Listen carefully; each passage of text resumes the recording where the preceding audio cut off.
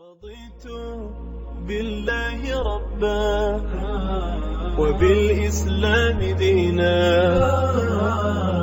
وبمحمد صلى الله عليه وسلم نبيا ورسولا.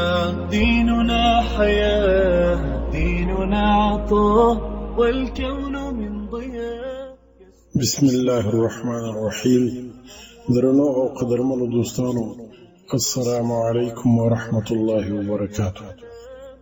که ستاسې ماشومان په بستر کې امتیازي کوي، د امتیازو کولو عادت لري او ورسره په تکلیف یاستئ، دا کورنۍ نسخه سره له دې لارښوونو وکاروئ. انشاءالله تعالی چې ماشومان به امتیازي کول پرېږدي.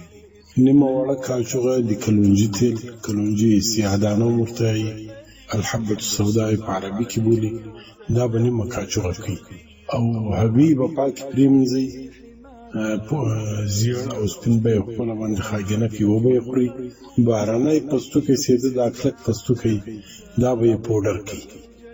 داسې پوډر کړو، نیمه وړه کاچوغه به دا د هګۍ د پوستکي پوډر کوي او نیمه وړه کاچوغه به د کنځتو پوډر کوي. کنځت هغه سپینې دانې دي چې نانوایان یې په ډوډۍ باندې سهار لمالې اچوي، د ناشتې په ډوډۍ باندې. او یوه کاچوغه عسل، دا څلور سره به په یو ګلاس نیمګرمو شیدو کې ګډ کړي او ماشوم ته به یې تر ویده کېدلو د مخه ورکړي چې ویچي. هره شپه دا نسخه تکراروئ تر هغه وخت پورې چې ماشوم د متیازو عادت پرېږدي. ماشوم تر ویده کېدلو له مخه هره ورځ متیازو کولو ته هڅوئ په مینه باندې.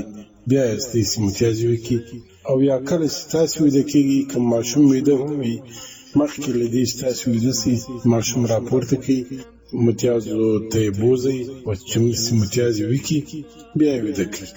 او ترټې اما غوسه مه ورته کوئ، ځکه چې دا د هغه په رواني حالت باندې بده اغېزه کوي. سهار چې کله تاسو لمانځه ته راپورته سئ، ماشوم هم راپورته کړئ چې متیازې وکړي، بیا دې بېرته ویده سئ. صحیح ده انشاءالله تعالی. الله تعالی مو خوشحاله لره، په دعاګانو کې مې یاد ساتئ. زه د تاسې مخلص مولوي قدوسي له کراچۍ خبرې کوم.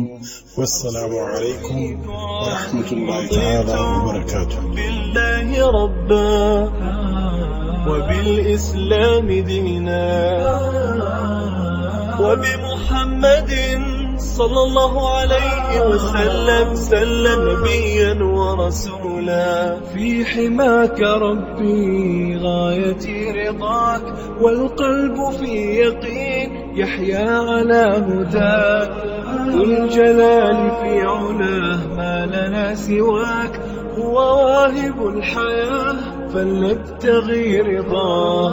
القادر الحليم الغافر الرحيم، إن قال كن يكن.